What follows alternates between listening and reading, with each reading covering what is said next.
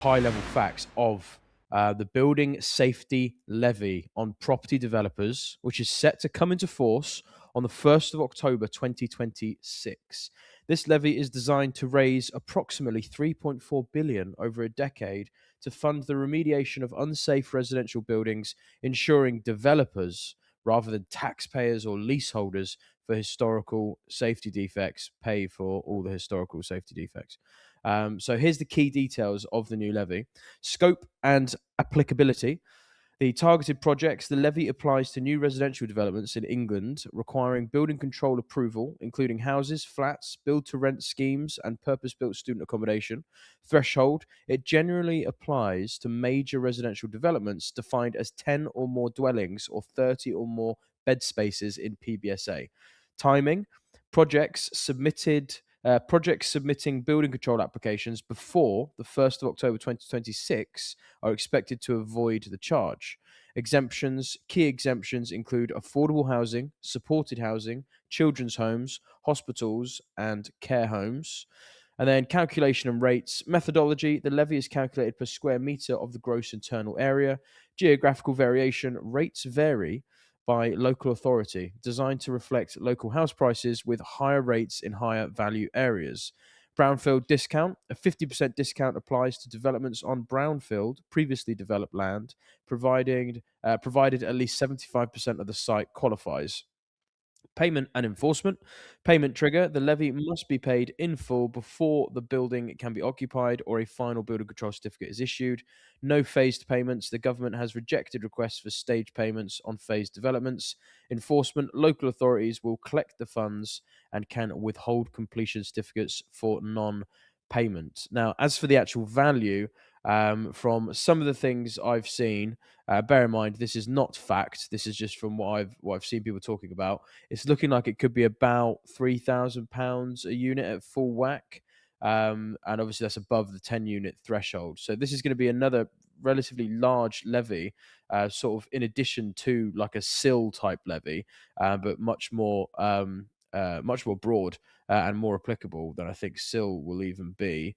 But only affects 10 or more units. So if you're under 10 units and if you're doing a conversion, you won't really see an issue. I think it does impact conversions. Does it? I was going to say it says new build now. It does, but 50% discount applies. Yeah. So yeah, what do we think, boys? Particularly about this, the idea that the government think they're going to raise 3.4 billion, and the fact that developers of all kinds should be paying for the defects of the sector, even though it was a regulatory issue that brought this stuff in. Why aren't the regulators paying it? But anyway, what do you think? If you're trying to hit 1.5 million houses built in a term, this taxation is not going to help.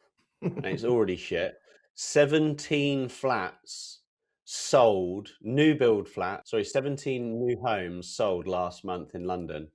London is supposed to be one of the Wait, busiest. sorry, shut up. Say that again. Say that again. Last month,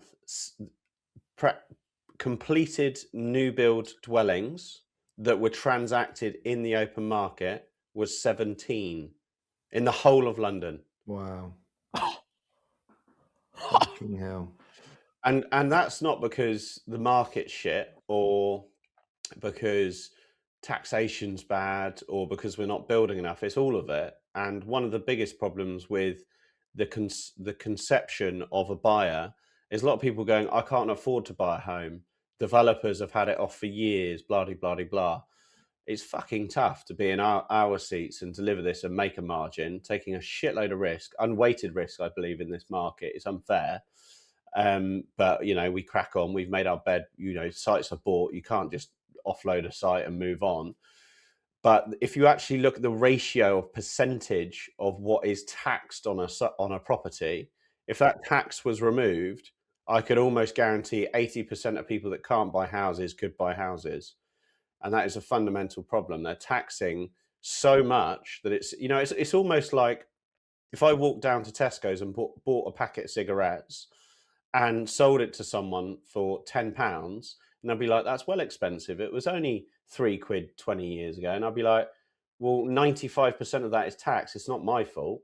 I'm making a £1 margin or a 5% margin. Speak to the tax man. That's the price of it. That's the price of the goods. Yeah, it's absolutely ridiculous. I spoke to a developer that was developing in West London, and their fees per unit was 550 grand.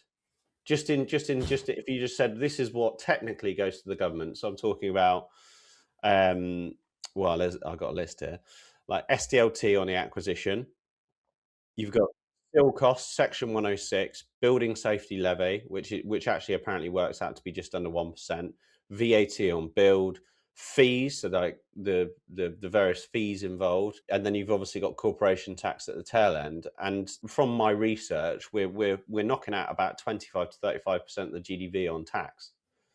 So if you look at like the old adage rule of it, being a developer used to be buy the land for a third, build it out for 2/3, and your margin is the third, and then out of that third you would pay corporation tax. What I'm now saying is the first third, before you've even spoken to the landowner, is tax. The landowner's expectations are still a third because an old farmer's not going to believe it's changed that much. We really should be buying land at about 10 pence in the pound at the moment to make it viable. But by the time we get it at that discount, we're then still at 40% on GDV before we've even broken ground. Build costs have gone up. They're now not a third. My average build cost is about 60% on GDV, and I'm buying existing shells and dwellings. So now you add the 60%, it's just not viable. It's absolute bullshit. They're supposed to be helping the SME developers. The decline of SME developers' production is ridiculous. 15 years ago, we were delivering 42% of housing in the UK SME developers. Now we're delivering 18%. It's half. And the big nationals are not delivering at the moment because of, well, why would they? Shit conditions. They're just sitting on the land. It's need a change.